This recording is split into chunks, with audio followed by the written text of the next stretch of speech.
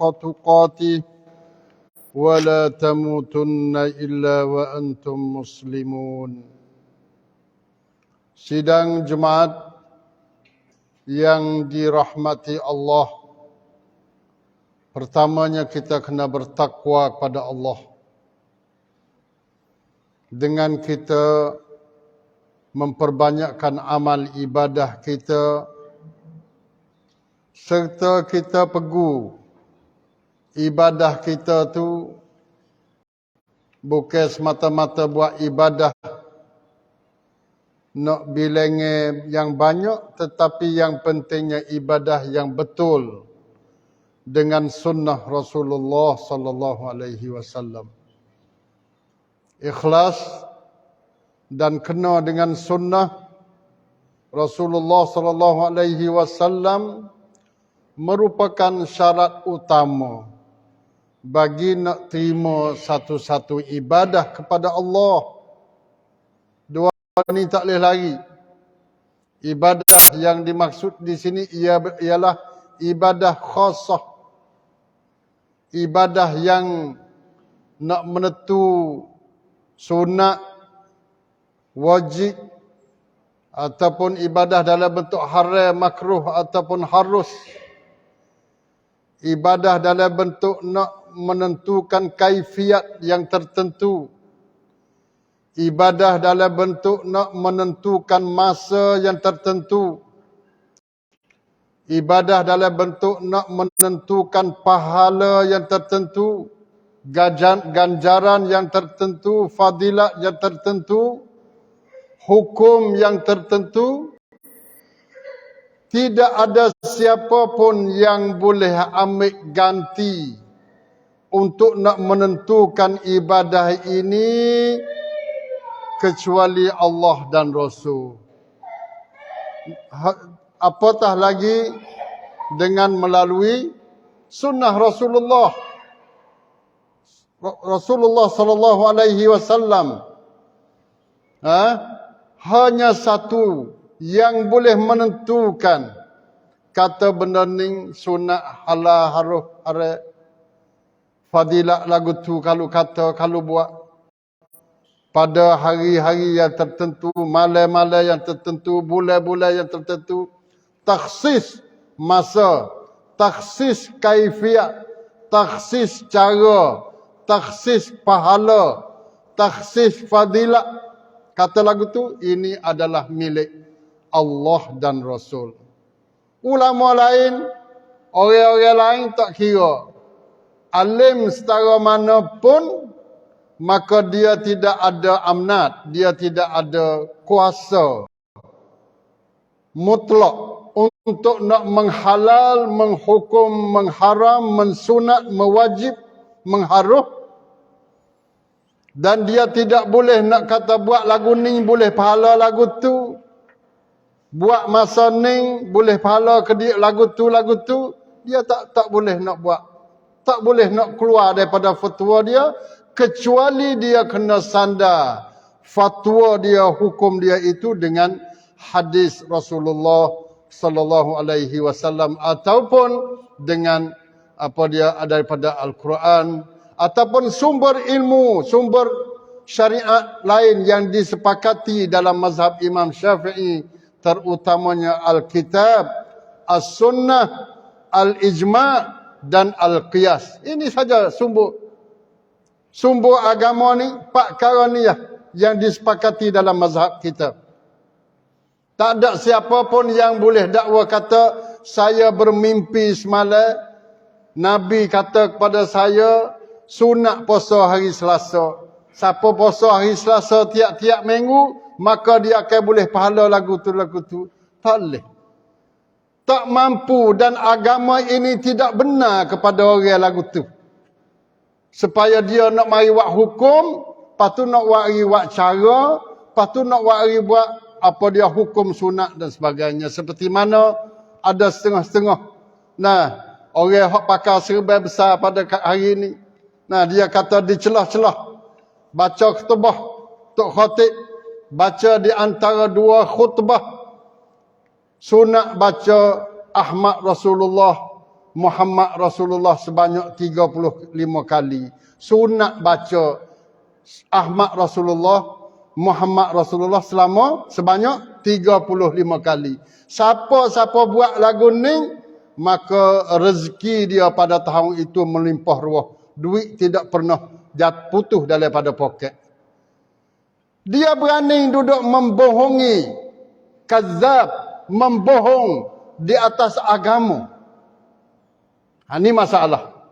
Kalau kita tanya dia, bagaimana dia boleh berani mengatakan sunat?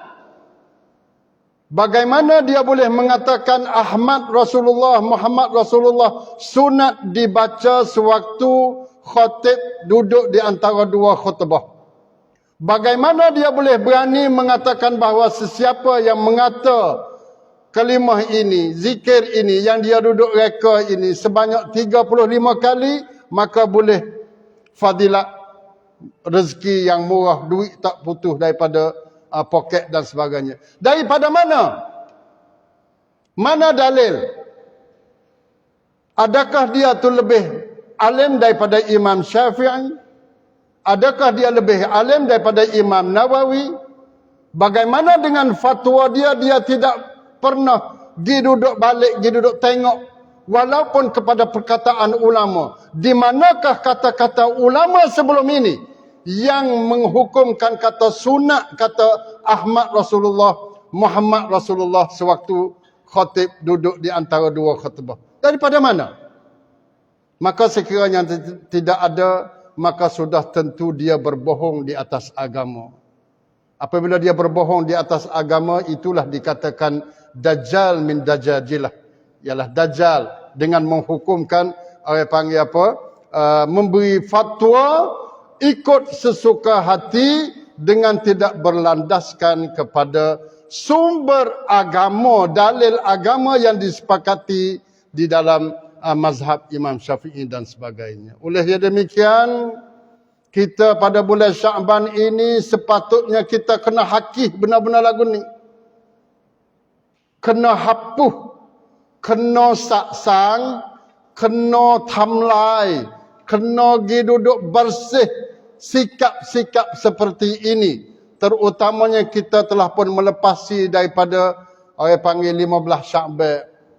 Masya Allah, 15 Sya'ban, pada malam nisfu Sya'ban, hadis yang paling sahih yang kita boleh berpegang dan segala semua ulama hadis daripada dulu sampai sekarang pun tidak pertikai dengan kesahihan hadis ini. Hadis apa? Hadis ialah yattali Allah ataupun innallaha la yattali'u ila khalqihi fi lailatin nisfi min Sya'ban fayaghfiru li jami'i khalqihi illa li musyrikin aw musyahin atau kama qala Rasul sallallahu alaihi wasallam. Allah melihat kepada semua makhluk dia pada malam Lailatul Nisfi min Sya'ban. Allah tengok dengan pandangan khusus. Kemudian maka Allah akan ampun semua makhluk dia yang mukallaf, jin dan manusia. Semua jenis makhluk dia. Makhluk di sini ialah makhluk yang mukallaf, manusia dan jin. Jin dan manusia. Dia tak ada kena ampun pada kera, pada lembu, maknanya tu tak ada buat dosa gapo. Ya ampun kepada orang yang buat dosa, iaitu jin dan manusia yang ditaklif. Fayaghfiru li jami'i khalqihi. Dia ampun segala dosanya kecuali dua perkara, dua jenis orang hak Tuhan tidak ampun pada malam itu. Orang-orang yang banyak buat beribadah pada malam Lailatul Nisfi min Sya'ban, terutamanya puak-puak, orang berakhir masuk masjid, orang yang banyak berzikir, orang yang banyak bersedekah, dia kena baca hadis ini dan kena mengamati hadis ini dan dia kena praktik patibat hadis ini selalu. Tidak, Allah Subhanahu wa taala tidak akan ampun dosa dua golongan. Siapa? Illa li musyrikin. kecuali bagi orang yang bersyirik kepada Allah Subhanahu wa taala.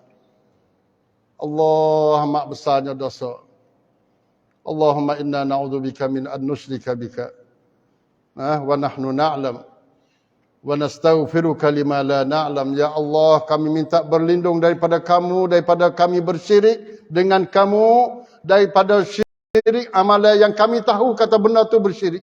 Kami minta berlindung dan kami minta ampun supaya kami tidak bersyirik dalam keadaan kami tahu. Hak tahu kita minta ampun, hak tak tahu kita minta berlindung.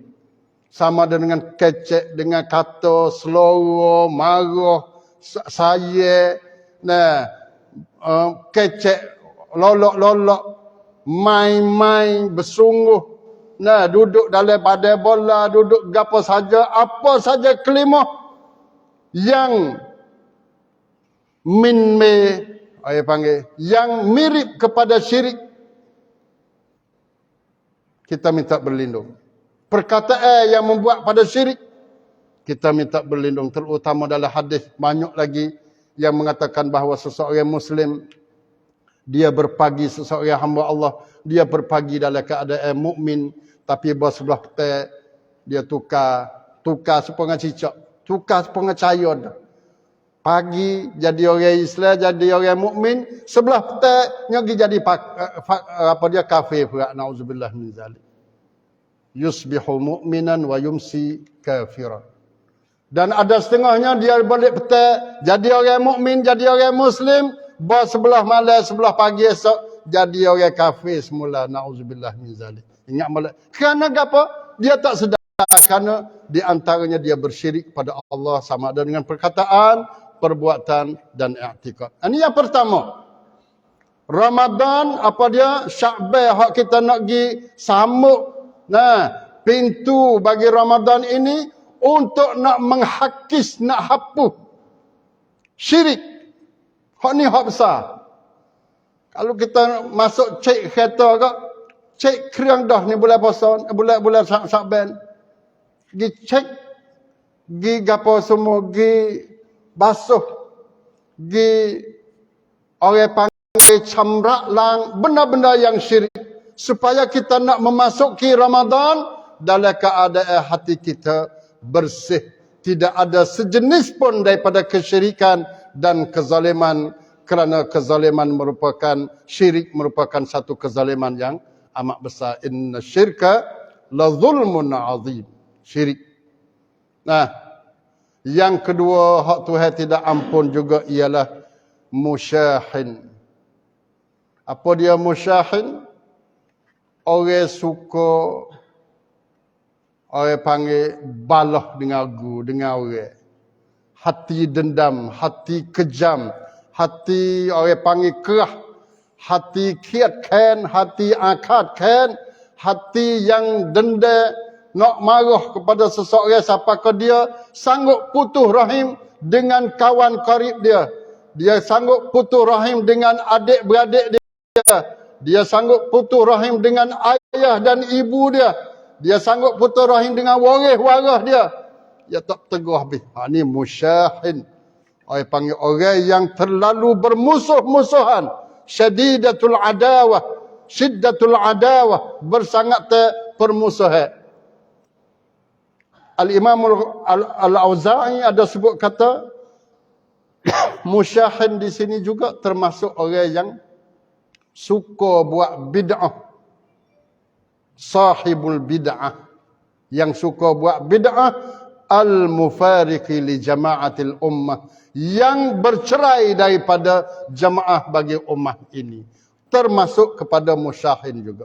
Maknanya, dalam kategori ini, bulan malam Lailatul Nisfu min Sya'ban ni, ialah Tuhan nak hapus syirik dosa dia dengan Allah. Dosa kes keratong dia dengan Allah dan dosa manusia dengan sesama manusia. Nak cek habis. Sama ada pergi duduk balah dengan orang-orang terutamanya ibu bapa, orang yang ada jasa kepada kita, adik-beradik. Kesemua ni kena suci bersih. Sebelum dia nak kau pada bulan Ramadan, baru sebenarnya. Baru hati dia tu bersih, baru masuk api pada bulan Ramadan.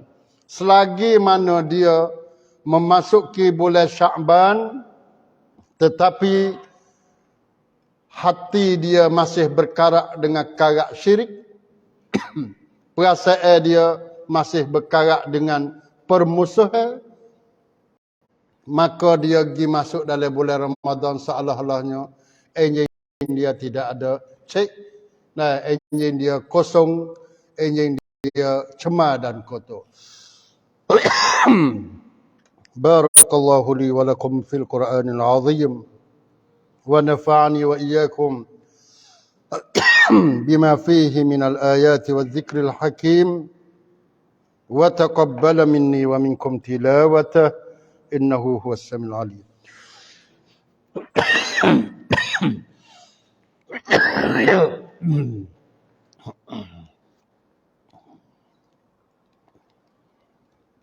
Astaghfirullah. Alhamdulillahil fardis samad alladzi lam yalid wa lam yulad wa lam yakul lahu kufuwan ahad. Asyhadu an la ilaha illallah wahdahu la syarika lah wa asyhadu anna Muhammadan abduhu wa rasuluh. Allahumma salli wa sallim wa barik ala nabiyyika wa 'abdika Muhammadin sallallahu alaihi wasallam wa ala alihi wa sahbihi wa man ihtada bihadihi واستنى بسنته إلى يوم الدين أما بعد فيا عباد الله أوصيكم ونفسي بتقوى الله عز وجل فقد فاز المتقون. قال الله سبحانه وتعالى إن الله وملائكته يصلون على النبي يا أيها الذين آمنوا صلوا عليه وسلموا تسليما. اللهم صل على محمد وعلى آل محمد. اللهم اغفر للمسلمين والمسلمات والمؤمنين والمؤمنات الأحياء منهم والأموات. اللهم أعز الإسلام والمسلمين وأذل الشرك والمشركين ودمر أعداءك أعداء الدين. اللهم الطف بالمسلمين في تركيا وفي سوريا. اللهم اغفر موتاهم، اللهم ارحم موتاهم، اللهم اشف مرضاهم برحمتك يا ارحم الراحمين. اللهم ان اليهود قد ظلموا عبادك في فلسطين. اللهم عليك باليهود، اللهم عليك باليهود، اللهم شتت شملهم، اللهم فرق جمعهم، اللهم أرنا فيهم عجائب قدرتك يا عزيز يا جبار يا متكبر. ربنا آتنا في الدنيا حسنة وفي الآخرة حسنة وقنا عذاب النار. عباد الله إن الله يأمر بالعدل والإحسان وإيتاء ذي القربى وينهى عن الفحشاء والمنكر والبغي يعظكم لعلكم تذكرون. فاذكروا الله العظيم الجليل يذكركم واشكروه على نعمه يزدكم واسألوه من فضله يعطكم ولذكر الله أكبر والله يعلم ما تصنعون. أقم الصلاة.